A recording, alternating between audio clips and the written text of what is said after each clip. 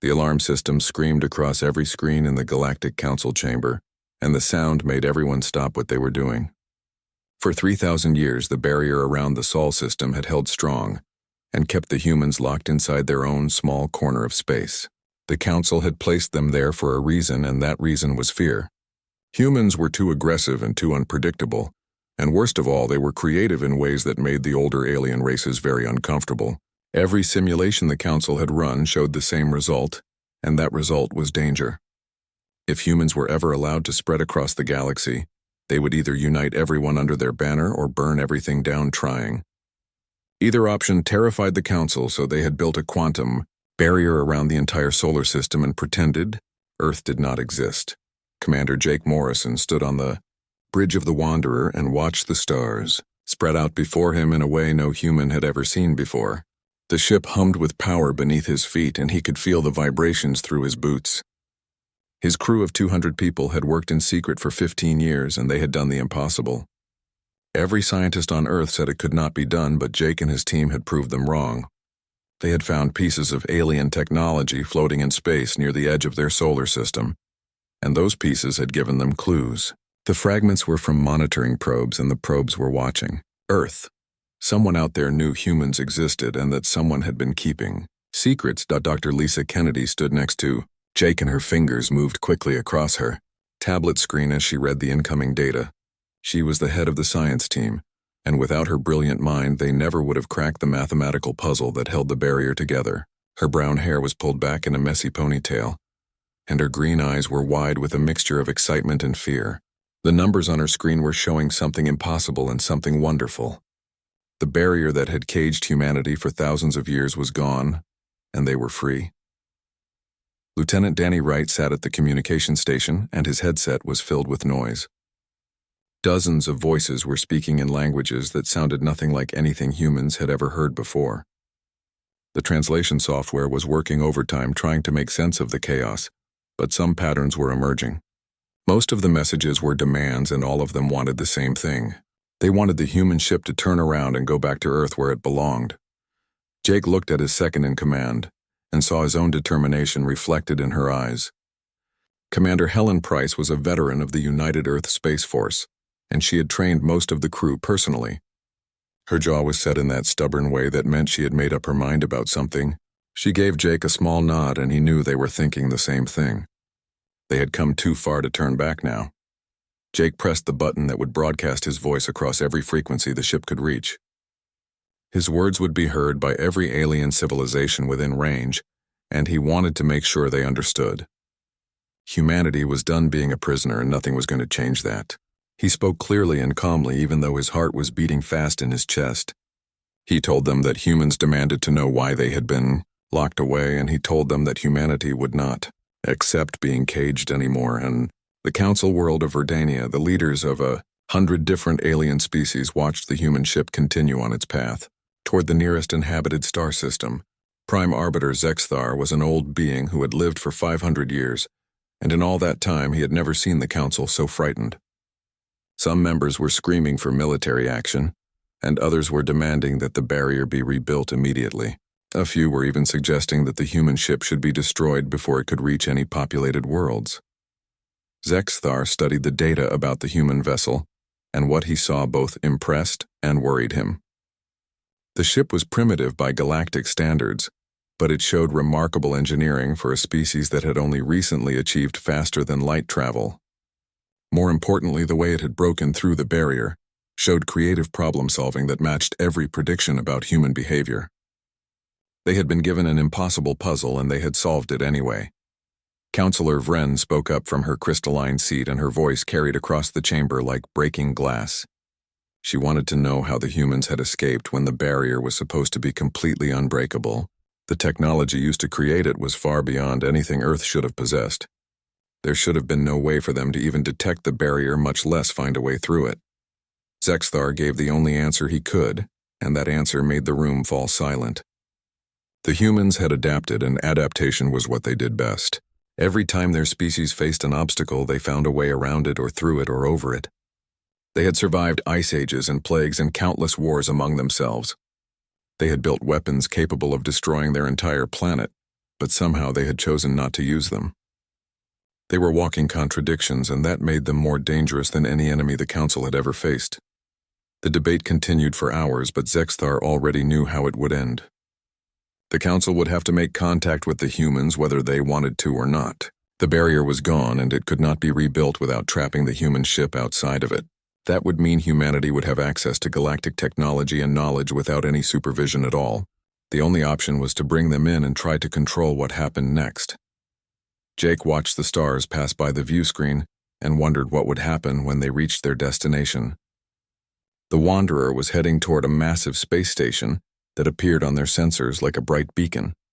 It was bigger than anything humans had ever built, and it was surrounded by hundreds of ships from dozens of different civilizations. This was Kepler Station, and it was the gateway to the inner galaxy. Lisa came to stand beside him, and she spoke quietly so only he could hear. She said the aliens were afraid and fear made people do dangerous things. Jake nodded because he knew she was right. The next few hours would determine whether humanity had a future among the stars, or whether they had just started a war they could not win. The Wanderer slowed as it approached Kepler Station, and Jake could see hundreds of alien ships holding position around the massive structure. Every vessel had its weapons powered up and ready, but nobody was shooting yet. That was something, at least. The station itself was like a small moon made of metal and glass, and it sparkled with lights from 1,000 docking ports. Ships of every shape and size moved around it like insects, around a hive, and the whole thing hummed with activity. Danny turned from his station and reported that they were being scanned by at least 50 different sources. The alien ships were studying the Wanderer from every angle and trying to figure out what kind of threat it posed. Helen had already ordered all defensive systems to standby mode because the last thing they needed was for some automated system to misinterpret their intentions and start a fight. Lisa was recording everything her sensors could detect, and her tablet was filling up with data faster than she could read it. There were species out here that humans had never dreamed of, and technologies that seemed to break the laws of physics as Earth understood them. Some ships appeared to be made of living crystal, while others looked like they were held together by pure energy. One vessel seemed to exist in multiple places at the same time, and Lisa had to stop looking at it because it made her head hurt. Jake opened a communication channel and broadcast on all frequencies again. He identified himself and his ship and stated that humanity came in peace. The words felt strange coming out of his mouth because how do you claim peaceful intentions when your entire species had just broken out of an alien prison? He explained that Earth had only recently learned about the quarantine and that they wanted answers. More than anything, they wanted to understand why they had been locked away without ever being told that other intelligent life existed. The silence that followed his message seemed to last forever. Jake could hear his own heartbeat in his ears, and he was aware that every person on the bridge was holding their breath. They were so far from home and so completely outnumbered that any wrong move could end in disaster. Earth would never even know what happened to them. Finally, a response came through, and the voice was translated into English by their computers. The accent was strange, and underneath the translation they could hear clicking and whistling sounds.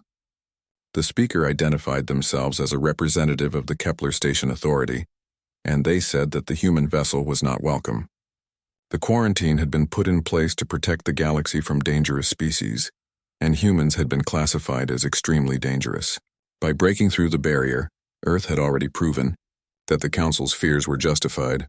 Helen made a disgusted sound and muttered something about the hypocrisy of being called dangerous by people who had imprisoned an entire planet. Jake understood her anger because he felt it too. Every person on the Wanderer had grown up believing that humanity was alone in the universe, and that reaching for the stars was a noble dream. Now they knew the truth, and the truth was bitter. They had never been alone, and the silence from the cosmos had been deliberate. Danny suddenly called out that a single ship was breaking formation and approaching their position. The vessel was small compared to the others, and it was broadcasting a peaceful greeting. Jake ordered all weapons to remain on standby, but he felt his muscles tense as the unknown ship drew closer.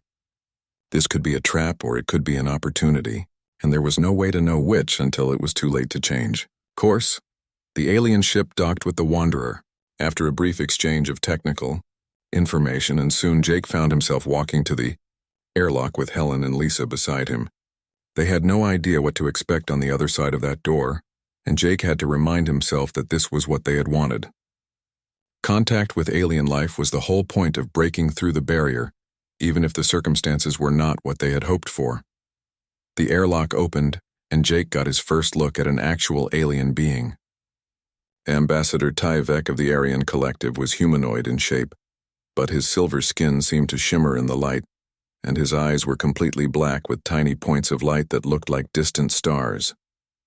He was tall and slender, and he moved with the grace that seemed almost unnatural. When he spoke, his voice was warm and welcoming and nothing like the cold reception they had received from the station. Authority, Tyvek, apologized for the hostile greeting and explained that the Galactic Council was very old and very set in their ways. Change frightened them, and humans represented a massive change to the established order. However, there were many species who believed that the quarantine had always been wrong, and that humanity deserved a chance to prove themselves. He said that he was one of those believers and that he wanted to help Earth navigate the complicated politics of galactic society. Lisa asked the question that everyone wanted answered, and that question was simple. What exactly was the Council afraid of? Tyvek's expression became serious, and he gestured for them to follow him to a private conference room. Once they were seated, he told them a story that chilled Jake to his core. 20,000 years ago, another aggressive species had entered the galactic community, and they had called themselves the Devourers. They had been charming at first and had promised peace and cooperation. Within a century, they had shown their true nature and begun a campaign of conquest that had lasted for 500 years. By the time the united forces of the galaxy had finally stopped them, a third of all known space had been destroyed or enslaved. Entire civilizations had been wiped out and whole planets had been burned to ash. The psychological profile of the Devourers matched humanity almost perfectly. They had been aggressive and territorial and fiercely loyal to their own kind. They had advanced technologically at an incredible rate, and they had shown a willingness to take risks that other species found reckless. Most importantly, they had been creative problem solvers who refused to accept that anything was impossible. Sound familiar? Tyvek asked. Helen leaned forward and her voice was tight with controlled anger. She said that humans were not the Devourers, and that judging an entire species based on the actions of a completely different civilization was exactly the kind of prejudice that started wars. Jake agreed, but he also understood the Council's position. If humanity really was similar to the Devourers, then the galaxy had good reason to be afraid. Tyvek nodded and said that was exactly the debate that was raging across Council space right now. Some believed humans should be returned to quarantine by any means necessary, while others thought Earth deserved a chance to prove they were different. He had invoked an ancient law called the right of witness, which would allow humanity to present their case directly to the Council. It was a long shot, but it was the only chance they had. The Wanderer followed Tyvek's ship through a series of jump points that took them deeper into Council space than any human had ever traveled. Jake assembled a delegation that would represent Earth before the galaxy, and he chose his people carefully. He picked Lisa because she could explain complicated ideas in ways anyone could understand. He chose Helen because she would not back down from anyone, no matter how powerful they were. He selected Carlos Rodriguez because the linguist had a gift for understanding not just words, but the meanings behind them. Karen White joined them because her studies of human culture gave her insights that nobody else possessed. Finally, he brought Lieutenant Derek Shaw because if things went wrong, they would need someone who understood military tactics. The Council homeworld of Verdania was beautiful in a way that took Jake's breath away. 3 suns hung in the sky and bathed everything in golden light. The buildings were impossibly tall and seemed to grow out of the ground like trees made of crystal and metal. Flying vehicles moved through the air in patterns that looked chaotic, but somehow never collided. The whole planet hummed with energy and life and technology that Earth could only dream of achieving. The Council chamber was even more impressive than the planet itself. The room was vast enough to hold thousands of beings, and every surface seemed to be made of some material that shifted colors as Jake looked at it. Representatives from hundreds of different species filled the space, and the diversity was overwhelming. Some looked almost human, while others were so alien that Jake's mind struggled to process what he was seeing. There were beings made of gas that floated in containment fields and creatures that existed partially in dimensions Jake could not perceive. Every one of them turned to stare at the human delegation as they entered. Prime Arbiter. Zexthar called the session to order, and his voice resonated through the chamber in a way that seemed to bypass Jake's ears entirely. The sound came from inside his head, and it carried a weight of authority that made him want to stand at attention. Zexthar explained that this gathering was unprecedented because no quarantined species had ever broken containment before. The law was clear, and that law said such breaches should be met with immediate return and reinforcement of barriers. However, Ambassador Tyvek had invoked the right of witness, which gave humanity one chance to make their case. Jake stepped forward and felt the weight of billions of eyes watching him, even though most of those eyes were watching through screens across the galaxy. This moment would determine the future of his entire species, and he could not afford to fail. He spoke clearly and honestly about how Earth had spent thousands of years reaching for the stars because they believed they were alone. He talked about the shock of discovering the barrier and learning that they had been deliberately isolated. He explained that humans did not break through the quarantine out of aggression, but out of a desperate need to know the truth. Counselor Vren interrupted, and her voice was sharp like breaking glass. She listed every war and atrocity in human history, and there were far too many to count. She talked about genocide and slavery and environmental destruction. She pointed out that humans had come dangerously close to destroying themselves with nuclear weapons multiple times. How could the Council trust a species with such a violent history, she demanded. Lisa stepped forward, and her voice was calm but firm. She acknowledged that human history was full of terrible mistakes and that Earth had no right to pretend otherwise. However, she pointed out that humanity had learned from those mistakes. Wars had become less common over time, and cooperation had become more widespread. Humans had chosen to step back from the nuclear brink and had begun the long process of healing their planet. She asked if the fact that humanity had survived its own worst impulses should not count as evidence that they could change. Another counselor spoke up, and this one resembled a massive insect with multiple eyes and clicking mandibles. He said that the Devourers had also spoken of peace and learning from mistakes before they had revealed their true nature. Pretty words meant nothing when actions told a different story. What proof could humans offer that they would not follow the same path? Carlos activated his tablet, and holographic images filled the air above the delegation. The images showed moments from human history that the Council files had apparently missed. Rescue workers pulling strangers from collapsed buildings, doctors traveling to distant countries to treat diseases, ordinary people donating time and money to help those they would never meet, soldiers throwing themselves on grenades to save their companions, parents sacrificing everything for their children, artists creating beauty in the midst of horror. Karen spoke next, and her words were passionate as she explained human nature. She said that every culture on Earth had stories about heroes who gave everything to save others. The details changed, but the theme was always the same. Humans valued courage and compassion and self-sacrifice. Yes, they were capable of terrible violence, but they were equally capable of incredible kindness. They were not simple creatures who could be reduced to a single label. They were complex and contradictory, and that was what made them human. The chamber fell silent as the images continued to play. Jake saw representatives whispering to each other and gesturing at the screens.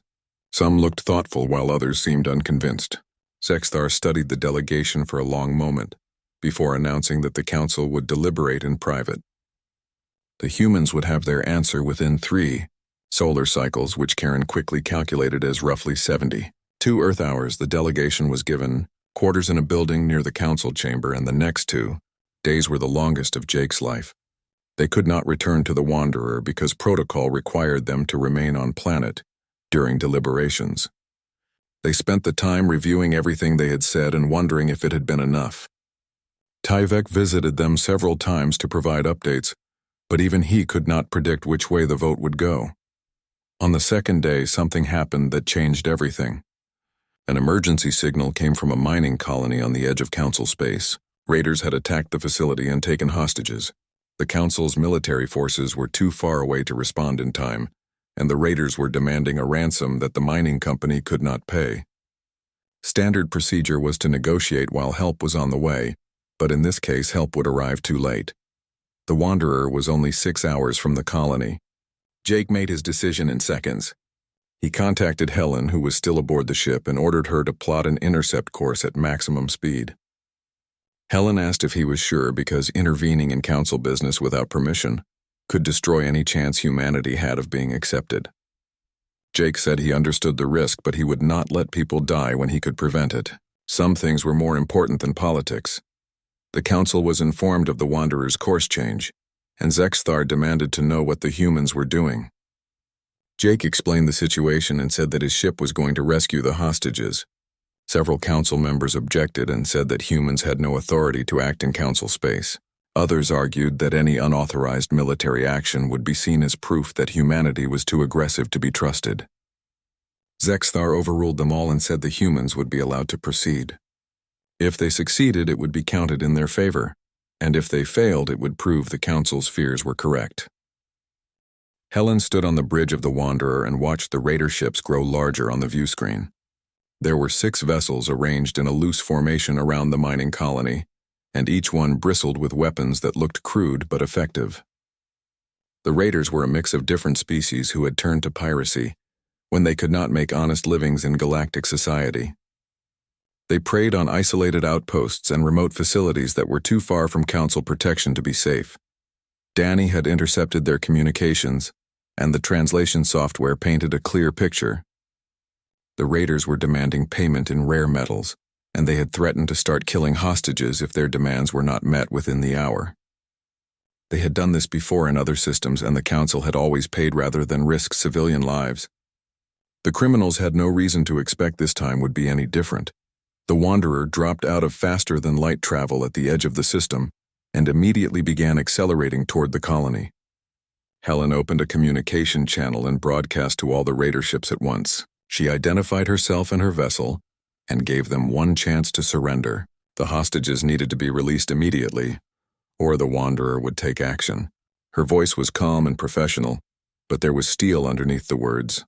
Laughter came through the speakers, followed by mocking comments in several different languages. The raiders had dealt with council forces many times before, and they knew how the game was played. First came demands and then negotiations, and eventually someone would pay the ransom.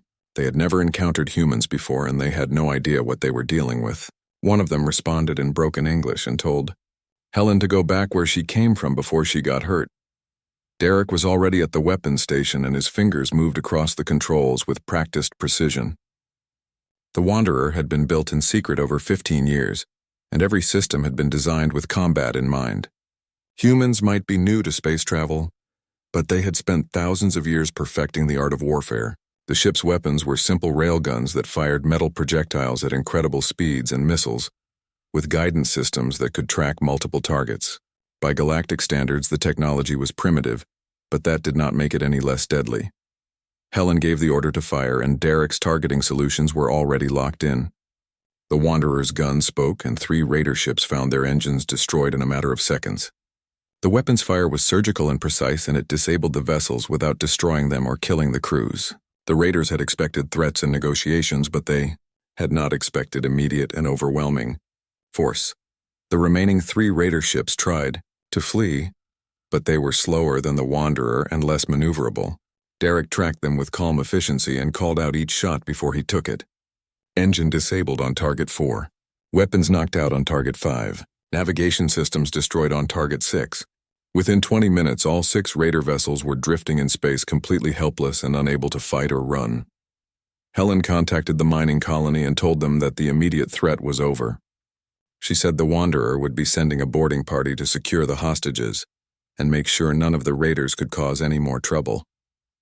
The colony administrator sounded shocked and grateful in equal measure. No council ship had ever responded so quickly or acted so decisively. The boarding party was led by Helen herself, because she would not ask her people to do anything she was not willing to do. She took 20 crew members who had trained for this exact situation, even though they had never expected to actually use that training. They wore armored suits and carried weapons, but their orders were clear. Secure the hostages first and use minimum necessary force against the raiders. The interior of the raider command ship was dark and smelled of oil and unwashed bodies. Helen's team moved through the corridors with tactical precision, and they found the hostages locked in a cargo bay near the center of the vessel. 37 beings of various species huddled together in fear, and several of them were injured. The human team immediately began providing medical care while securing the area against any remaining threats. The raiders themselves were found cowering in different parts of the ship. Most had hidden when they realized they were being boarded, and none of them offered any resistance. They had expected many things, but they had not expected humans to be so well trained and so well equipped. Helen's team secured all the prisoners without firing a single shot, and within an hour the situation was completely under control. Back on Verdania, Jake watched the operation unfold on screens that showed feeds from the Wanderer's cameras. The entire galaxy was watching too because every major news network had picked up the story. This was the first time humans had taken military action in Council space, and everyone wanted to see what would happen. Lisa stood next to Jake and provided running commentary on what she was seeing. The human response had been fast and effective, and most importantly, it had been measured. The raiders had been disabled rather than destroyed, and the hostages had been rescued without any unnecessary violence. This was not how the Devourers would have handled the situation, and everyone watching could see the difference. Carlos pointed out that several of the hostages were species that had voted against humanity in the Council debates. The humans had not checked the identities before rushing to help, and they clearly did not care about politics when lives were at stake. That kind of behavior was rare in galactic society, where most species looked after their own first and worried about others later. Karen was recording everything because this moment would become part of human history. The first military action taken by Earth's forces had been a rescue mission, and that said something important about who humans were. They could fight and fight well, but they chose to fight for others rather than for conquest or profit. Helen's voice came through the communication link, and she reported that all hostages were secure and receiving medical treatment. The raiders were in custody and would be turned over to Council authorities. None of the crew members had been injured, and the Wanderer was ready to return to normal operations. Her tone was matter-of-fact, as if she had just completed a routine training exercise, rather than humanity's first real test. The mining colony administrator contacted Jake directly and thanked him for saving so many lives. He said that he had voted against lifting the quarantine because he believed humans were too dangerous. Now he realized he had been wrong. Anyone who would risk their own safety to help complete strangers could not be the monsters the Council feared. He promised to change his vote when the final decision was made. Similar messages began flooding in from across the galaxy. Species that had been uncertain about humanity now saw them in a new light. The rescue had been broadcast live, and billions of beings had watched humans act with courage and restraint in equal measure. Not everyone was convinced, and some still argued that one good deed did not erase the risks. However, the balance of opinion was shifting in Earth's favor. Zexthar called an emergency session of the Council, and Jake knew that the deliberation period was over. Whatever happened next would determine humanity's fate, and there was nothing more he could do but wait for the verdict. He gathered his delegation, and they walked back to the Council chamber together. The massive room was filled with representatives again, but the mood felt different than before. There was less hostility in the air and more curiosity. The Prime Arbiter stood, and his presence commanded absolute silence. He began to speak, and his words were transmitted across the entire galaxy so that everyone could hear the decision that would change everything. Zexthar's voice filled the Council chamber and reached across the galaxy to billions of waiting ears. He spoke about the 3,000 years that the quarantine had been in place, and how it had been created out of fear and caution. The Council had believed they were protecting the galaxy from a potential threat, and perhaps they had been right to be careful. However, the events of the past few days had challenged many long-held assumptions and forced everyone to reconsider what they thought they knew about humanity. The Prime Arbiter gestured toward Jake and his delegation and continued speaking. These humans could have remained hidden and waited quietly for the Council's decision. They could have played it safe and done nothing that might jeopardize their chances of acceptance. Instead, when they learned that lives were in danger, they had acted immediately without hesitation. They had saved 37 beings from species they had just learned existed, and they had asked for nothing in return. That kind of selfless courage was rare in the galaxy, and it deserved to be recognized. Councillor Vren rose from her crystalline seat, and her voice had lost much of its earlier hostility. She said that she had spent the past 2 days reviewing the complete history of humanity, rather than just focusing on the violent parts. What she found had surprised her. Yes, humans were capable of terrible things, but they were equally capable of remarkable compassion. They had a pattern of choosing cooperation over destruction and growth over stagnation, even when it would have been easier to choose violence. They made mistakes, and sometimes those mistakes were catastrophic, but they learned from them and tried to do better next time. Other council members spoke and shared their own observations. One talked about how human art and music showed a species that valued beauty and emotional expression. Another mentioned human scientific achievements and how they had accomplished so much with so little. A third pointed out that humans had nearly destroyed themselves, but had chosen to pull back from the brink, which showed wisdom and self-control. The debate continued, but Jake could sense that the mood had shifted. Fear was being replaced by cautious hope. Not everyone was convinced, and several counselors argued that one rescue mission was not enough to prove humanity was safe. They pointed out that the Devourers had also seemed reasonable at first and had only revealed their true nature after gaining trust. Some species would always be too dangerous to risk, and perhaps humans were one of them. Better to keep Earth isolated than to gamble the safety of the entire galaxy on hope and good intentions. Zexthar listened to all the arguments before calling for a vote.